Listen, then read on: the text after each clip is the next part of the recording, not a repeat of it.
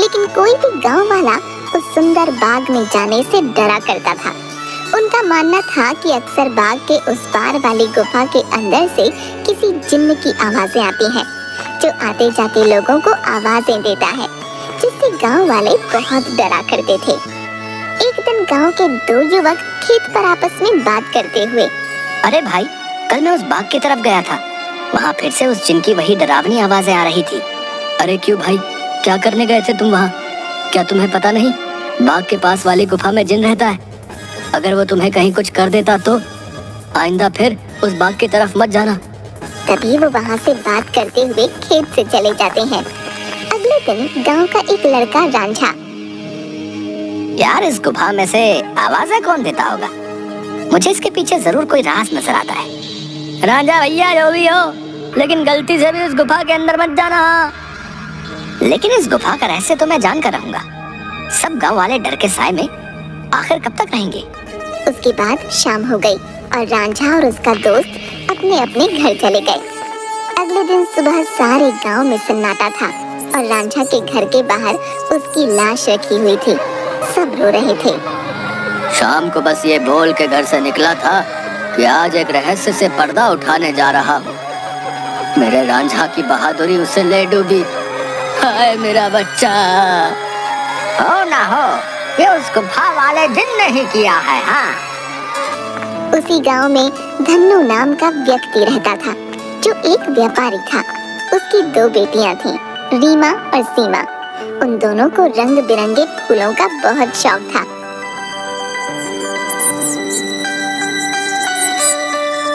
बहुत दिन हो गए हैं, चलो आज हम गांव के बाग में चलते हैं। न जाने क्यों हमें बाबूजी उस बाग में जाने से मना करते हैं। इस पूरे गांव में एक वही जगह है जहाँ कितने सुंदर सुंदर फूल होते हैं। हाँ सीमा, वो बाग सच में बहुत सुंदर है। उस बाग में बहुत सुंदर सुंदर फूल होते हैं, लेकिन बाबूजी हमें जाने नहीं देते। वो कहते हैं गांव के बाग के उस पार एक गुफा है जो बहुत ही भयानक है, हमारा जाना वहाँ सही नहीं होगा। लेकिन गांव की रांझा भाई की मौत के बाद तो गुफा और ज्यादा डरावनी लगने लगी है। अरे रीमा, ये सब झूठी बातें हैं, मुझे नहीं लगता वहाँ ऐसा कुछ है। और वैसे भी गांव वालों ने उस जिन्न को देखा नहीं, बस उसकी आवाज ही सुनी है। अगर सच में वहाँ कोई जिन्न होता तो क्या गांव वालों के सामने नहीं आता? हाँ, बोल तो सही रही हो सीमा, मुझे भी लगता है कि वहाँ कुछ नहीं है। चलो ठीक है, हम दोनों कल ही बाग में जाएंगे और हो सके तो क्या पता रांझा भाई की मौत का राज भी पता चल जाए। हाँ, कुछ नहीं है, वहाँ हम दोनों सुबह चलेंगे, तब तुम खुद ही देख लेना। लेकिन बाबूजी हमें नहीं जाने देंगे सीमा। कल बाबूजी सुबह किसी काम से शहर जाएंगे, उनके जाते ही हम दोनों बाग में जाएंगे। रीमा अपना सिर हिलाती हुई ठीक है। इसके बाद दोनों बहनें अपने कमरे में जाकर सो जाती हैं। अगली सुबह, देखो मेरी प्यारी बेटियों, मैं किसी काम से शहर जा रहा हूँ। तुम दोनों अपना ख्याल रखना और उस बाग में फूल तोड़ने मत जाना। वो जगह अच्छी नहीं है, कोई भी गांव वाला वहाँ नहीं जाता। पता है ना, रांझा भी वहीं जाने से मारा गया था। हम दोनों बहनें उस बाग में नहीं जाएंगी। इसके बाद धन्नू वहाँ से चला जाता है। उसके जाते ही दोनों बहनें उस बाग की तरफ जाने लगती हैं कि तभी एक गांव का आदमी उन्हें देख लेता है। अरे सीमा और रीमा बेटिया, तुम इस बाग की तरफ कहाँ जा रही हो? क्या तुम्हें नहीं पता कि बाग की उस तरफ एक गुफा है जो बहुत ही डरावनी है? वहाँ से अक्सर किसी जिन की आवाज आती है। अरे काका, हम दोनों बस बाग में ही जा रहे हैं, वहाँ से कुछ फूल लेकर बस अभी आ जाएंगे। आप चिंता मत कीजिए, हम बाग के उस तरफ वाली गुफा में नहीं जाएंगे। चलो ठीक है बेटिया, लेकिन तुम दोनों शाम होने से पहले आ जाना। अच्छा, अब मैं चलता हूँ। इसके बाद वो आदमी वहाँ से चला जाता है। थोड़ी दूर चलने पर सीमा और रीमा देखती हैं कि दो चोर आपस में बातें कर रहे होते हैं। अरे भाई, हम ये सही कर रहे हैं क्या? गांव वाले तो कहते हैं उस गुफा में एक जिन रहता है जो लोगों को आवाजें देता है। मुझे नहीं लगता है ऐसा कुछ है। वो गुफा गांव के सरपंच की है। मुझे तो लगता है उसमें बहुत सारा खजाना होगा। सब गांव वालों को डराने का बहाना है। बस चलो, चलकर आज देख ही डालते हैं। इसके बाद वो दोनों गुफा की ओर जाने लगते हैं। उन्हें गुफा की ओर जाता देख रीमा और सीमा भी उनके पीछे जाने लगती हैं कि तभी वो देखती हैं कि वो दोनों चोर गुफा के अंदर जाने ही वाले होते हैं कि वहाँ एक औरत आती है जो देखने में काफी भयानक होती है और उसके हाथ में एक टोकरी होती है जिसमें बहुत सारे रंग बिरंगे फल होते हैं। तभी वो औरत उन दो चोरों से कहती है, कहाँ जा रहे हो तुम दोनों? क्या तुम्हें पता नहीं इस गुफा में एक जिन्न रहता है? वो तुम्हें मार डालेगा। चले जाओ यहाँ से, चले जाओ। क्या कहा? जिन? अरे बाबा! कि तभी उस जिन्न की आवाज आती है, कौन है वहाँ? क्या कोई मुझे सुन पा रहा है? अंदर आओ, निकालो मुझे यहाँ से। जिन्न की ऐसी डरावनी आवाज सुनकर वो दोनों डर जाते हैं। अरे भैया भागो, इस गुफा के अंदर तो सच में कोई जिन है, भागो यहाँ से। और वो दोनों वहाँ से भाग जाते हैं। मैंने तो पहले ही कहा था, यहाँ दोबारा मत आना, वो तुम्हें जिंदा नहीं छोड़ेगा। ये सब रीमा और सीमा देख रही थीं कि तभी वहाँ रीमा और सीमा के सामने वो औरत आ जाती है जो देखने में काफी भयानक होती है, जिसके हाथ में बहुत सारे रंग बिरंगे फल होते हैं। कहाँ जा रही हो तुम दोनों? सीमा और रीमा डरते हुए, हम तो बस ऐसे ही बाग घूमने आए थे काकी, लेकिन आप यहाँ क्या कर रही हैं? मैं तो यहीं रहती हूँ, यही बाग मेरा घर है। तुम दोनों यहाँ से जल्दी चली जाओ, वरना वो जिन्न तुम्हें छोड़ेगा नहीं। जाओ यहाँ से। क्या सच में बाग के उस पार वाली गुफा में कोई जिन्न है काकी? हाँ, और वो बहुत खतरनाक है। तुम दोनों यहाँ से जल्दी चली जाओ। इसके बाद वो औरत वहाँ से चली जाती है। मुझे बहुत डर लग रहा है, अब मैं इसके आगे नहीं जाऊंगी। मुझे लगता है वो औरत सच बोल रही है, वो जिन्न हमें मार डालेगा। मैं नहीं जाऊंगी उस गुफा में। ठीक है, तो मेरा यही इंतजार करना। मैं सच जानना चाहती हूँ, क्या वाकई वो आवाज जिन्न की है या नहीं? इसलिए मैं तो गुफा के अंदर जा रही हूँ। तुम यहाँ से कहीं मत जाना, मैं जल्दी आ जाऊंगी। इसके बाद रीमा अकेले ही आगे चलती है।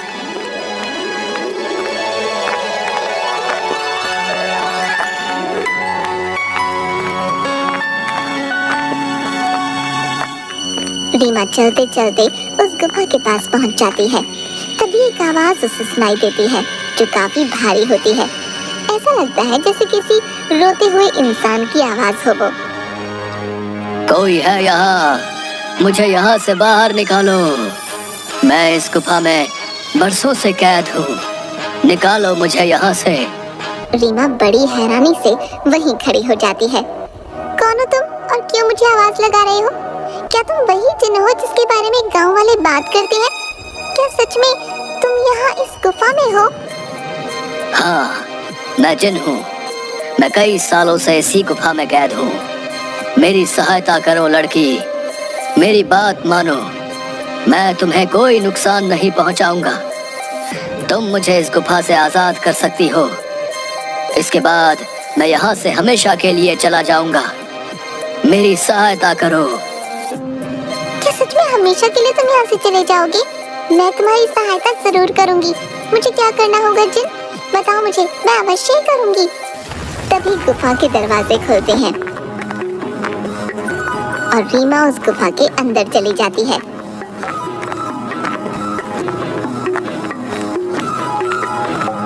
जैसे ही वो अंदर जाती है, एक बहुत बड़ी अजीब से जानवर की परछाई उसे नजर आती है जो देखने में बहुत ही डरावनी होती है। आओ लड़की, तुम्हारा जिन की इस गुफा में स्वागत है। मैं कई सालों से गुफा के बाहर आते जाते लोगों को आवाजें लगाता हूँ। सब गांव वाले डर कर भाग जाते हैं। कोई भी गांव वाला इस गुफा में आने की हिम्मत नहीं कर पाता। लेकिन तुम बहुत ही बहादुर लड़की हो जो इस गुफा में अकेली चली आई हो। क्या तुम जिन्न हो? लेकिन तुम मुझे दिखाई क्यों नहीं दे रहे हो? क्या तुम किसी को दिखाई नहीं दे सकते हो? नहीं, मैं जिन नहीं हूँ लड़की। मैं उस जिन की परछाई हूँ। वो जिन तो इस गुफा के कैद खाने में बरसों से कैद है। वो बाहर नहीं आ सकता है। मैं उसकी परछाई हूँ। परछाई? तुम मुझे ये बताओ कि वो जिन इस गुफा में कैद क्यों है? क्या जिन्न के इस गुफा में रिहा होने का कोई मार्ग नहीं है? मार्ग है लड़की, और तुम उस मार्ग तक पहुंच सकती हो। लेकिन इसके लिए तुम्हें इस गुफा के तहखाने में जिन के पास जाना होगा। वही जिन तुम्हें उसकी मुक्ति का राज बताएगा। जिसके बाद रीमा हाथ में जलती हुई एक आग की मशाल लेकर उस गुफा की ओर जाती है। जैसे ही रीमा तहखाने के अंदर जाती है तो उसे एक आग जलती हुई दिखाई देती है।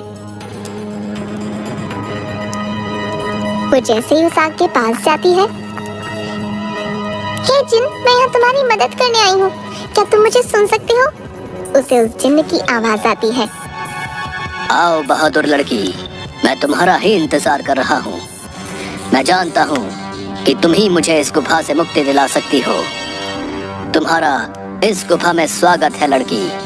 तुम बहुत ही बहादुर हो जो इस गुफा में आई हो। मेरा नाम जिनाद है।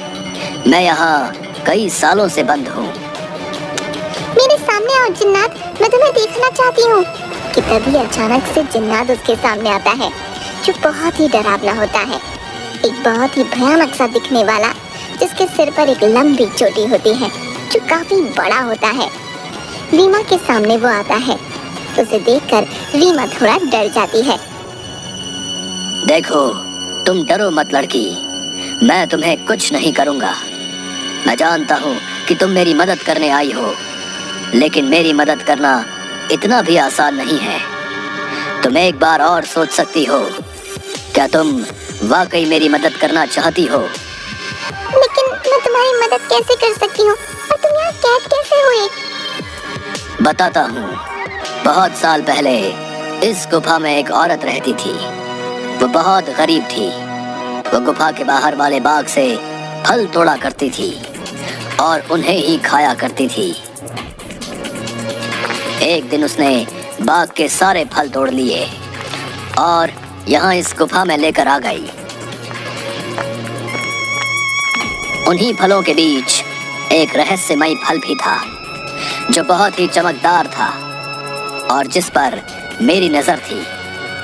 वो फल मेरी उम्र 100 साल और बढ़ा सकता था, लेकिन मैं उस फल को तब तक नहीं छू सकता था जब तक कोई इंसान उस फल को उसके पेड़ से तोड़ ना ले।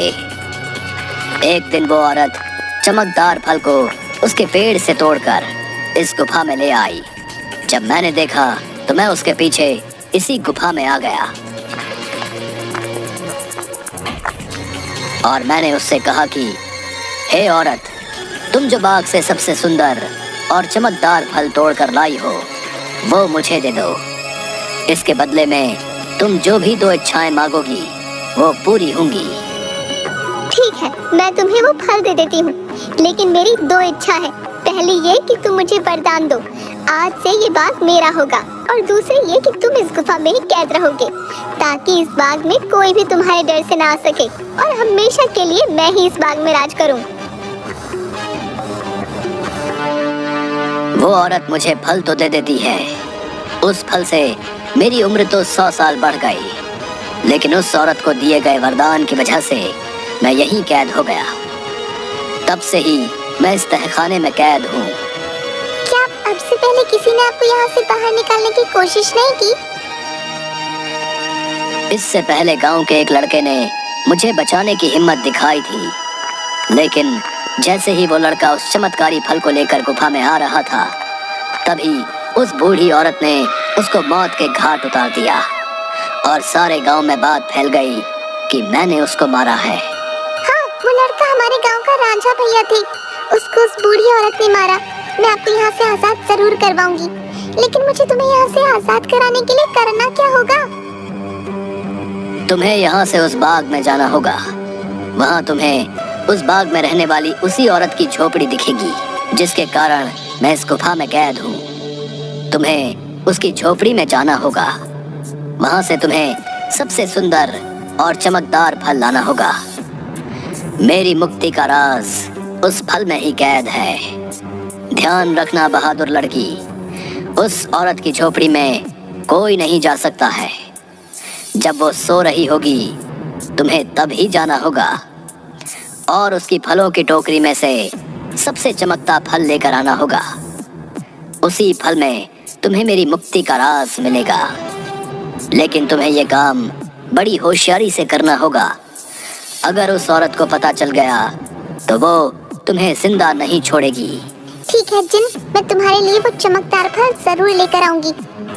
मैं तुम्हारा इंतजार करूंगा, बहादुर लड़की। इसके बाद रीमा वहाँ से बाग में जाती है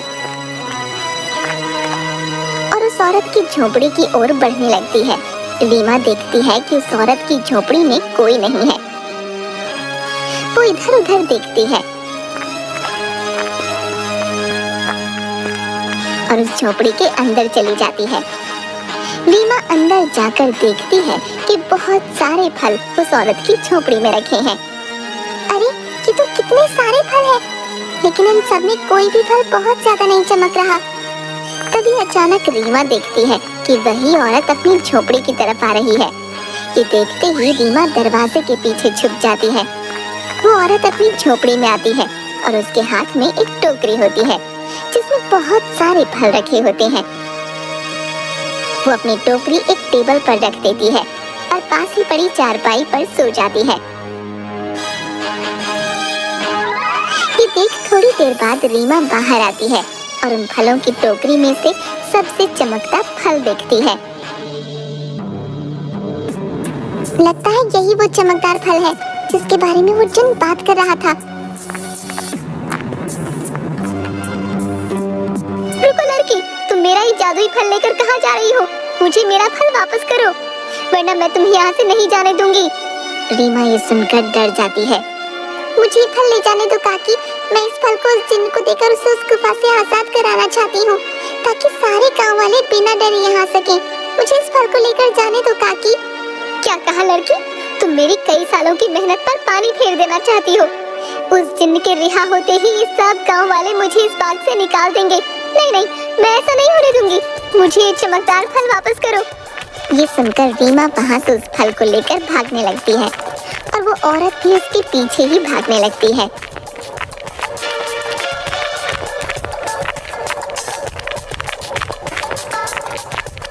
रीमा भागते भागते उस गुफा में पहुंच जाती है। जैसे ही वो गुफा में पहुंचती है, वो जादुई फल उसके हाथ से नीचे गिर जाता है, जिसके गिरते ही तोते में बदल जाता है। रीमा ये देखकर हैरान हो जाती है। तभी वो औरत वहाँ आ जाती है। ये तुमने क्या किया लड़की? इस जादुई फल को नीचे गिरा दिया और अब ये तोता तुम्हें उस जिन्न की आजादी का सबसे आखिरी रास्ता बताएगा। नहीं, मैं ऐसा नहीं होने दूंगी, मैं तुम्हें मार डालूंगी। वो औरत रीमा को जैसे ही अपने हाथों से मारने आगे बढ़ती है, वो औरत अचानक से आग में जलने लगती है, जिसे देख रीमा हैरान हो जाती है। तभी एक आवाज सुनाई देती है जो उस जिन्न की परछाई की होती है। डरो मत बहादुर लड़की, इस लालची औरत को इसके किए की सजा मिल चुकी है।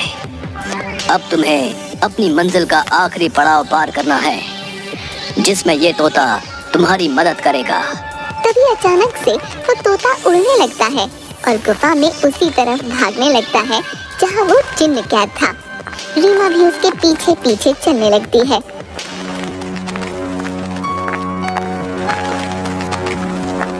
वो तोता एक छोटी सी खिड़की के पास जा बैठता है जो काफी चमक रही थी। तभी तोते की आवाज आती है। सुनो बहादुर लड़की, तुम्हें इस चमकदार खिड़की को खोलना होगा, जिसकी चाबी तुम्हें ढूंढनी होगी। मैं तुम्हें 2 रास्ते बताऊंगा, जिस पर चल के तुम्हें इस खिड़की को खोलने वाली चाबी मिलेगी। लेकिन 2 रास्तों में से तुम्हें कोई एक रास्ता चुनना होगा। पहला रास्ता एक गुलाब के फूल की तरफ जाता है, जो बाग की तरफ है। दूसरा रास्ता एक अंधेरे की तरफ है, जो इसी गुफा में उस तहखाने की तरफ जाता है जहाँ वो जिन कैद है। जाओ और अपना रास्ता चुन लो। रीमा काफी देर सोचने के बाद मैं गुफा वाला रास्ता ही चुनूंगी जो अंधेरे की तरफ जाता हो। जिसके बाद रीमा गुफा की ओर चलने लगती है कि तभी रीमा को एक सिक्का दिखाई देता है। अरे ये इतना चमकता हुआ सिक्का यहाँ कैसे आया और ये सिक्का इतना चमक क्यों रहा है? रीमा जैसे ही वो सिक्का हाथ में उठाती है, पूरी गुफा में रोशनी हो जाती है। अरे ये तो पूरी गुफा में रोशनी हो गई। तभी वो सिक्का अचानक उड़ने लगा। अरे ये सिक्का उड़ क्यों रहा है? रीमा उस सिक्के के पीछे पीछे चलने लगती है। थोड़ी दूर चलने पर रीमा देखती है कि 4 चाबियां अलग अलग रंग की थीं, जो हवा में उड़ रही थीं। अरे ये तो वही चाबियां हैं जिसके बारे में वो तोता बता रहा था। लेकिन अब इनमें से सही चाबी कौन सी होगी, ये कैसे पता चले? तभी रीमा को एक आवाज आई जो उस जिन्न की परछाई की थी। बहादुर लड़की, तुम्हें इनमें से एक चाबी उठानी है। याद रखना, तुम्हें एक सही चाबी उठानी है। लेकिन याद रहे, तुम्हें बड़ी होशियारी से ही एक चाबी उठानी होगी। अगर तुमने गलती से गलत चाबी चुन ली तो ये चारों चाबियां गायब हो जाएंगी और तुम कभी भी जिनको आजाद नहीं कर पाओगी। ये सुन रीमा हैरान हो जाती है। क्या? हे भगवान, ये किस दुविधा में डाल दिया है? अब मैं कैसे इन चारों चाबियों में से सही चाबी चुनूं? काफी देर सोचने के बाद रीमा देखती है कि चारों चाबियों में से एक चाबी बहुत बड़ी थी, जो लाल रंग की थी, और जिस चमकदार फल के गिरने से वो तोता बना था वो भी लाल ही रंग का था। रीमा समझ गई कि लाल वाली चाबी चुननी है। उसके लाल चाबी चुनते ही बाकी सारी चाबियां गायब हो गईं। और फिर से जिन्न की परछाई की आवाज आई। शाबाश बहादुर लड़की, तुम्हारी सूझबूझ की वजह से आखिरकार तुमने बिल्कुल सही चाबी चुन ली। अब जाओ उस खिड़की के पास और खोल दो उसे। रीमा उसी खिड़की के पास जाती है।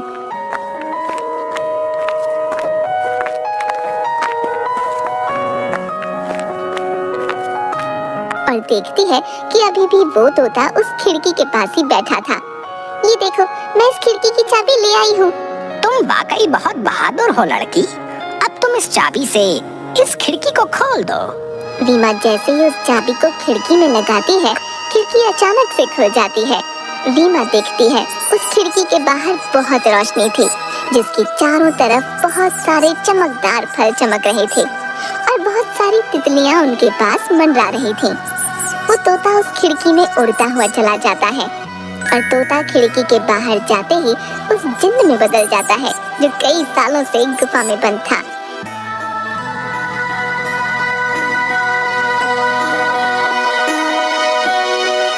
तुम्हारा बहुत बहुत धन्यवाद लड़की, तुमने मुझे इस गुफा से आजाद कर दिया।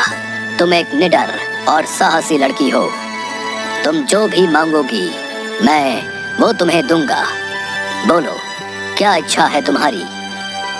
क्या सच में अब तुम आजाद हो गई हो? अब तुम इस गुफा में नहीं हो। अब सब गांव वाले यहाँ आ सकेंगे। मैं और मेरी बहन भी अब बाग में आ सकेंगे कभी भी।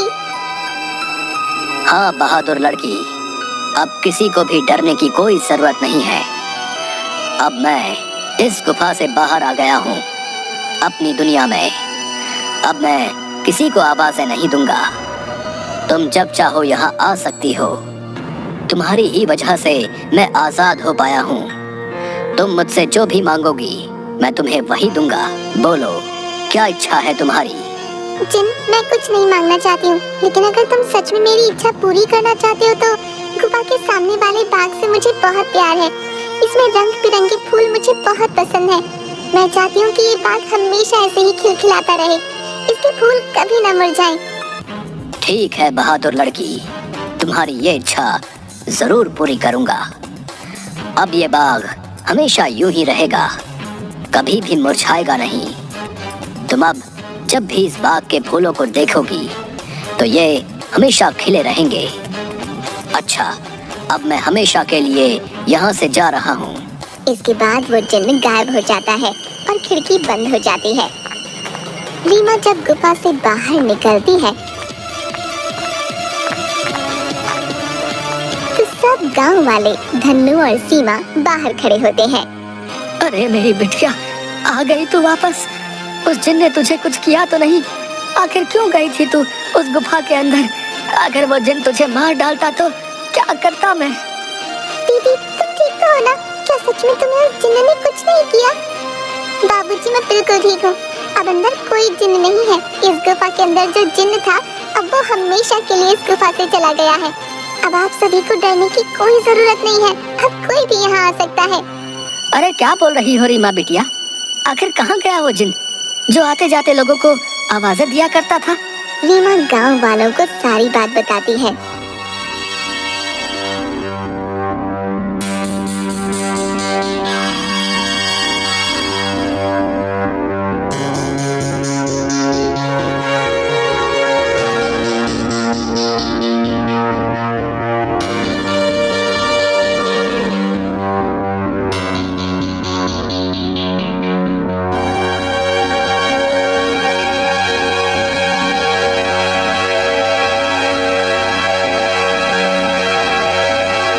थोड़ी देर बाद गांव वाले बहुत खुश होते हैं और रीमा से बोलते हैं, अरे रीमा बेटिया, तुम तो सचमुच में बहुत बहादुर हो।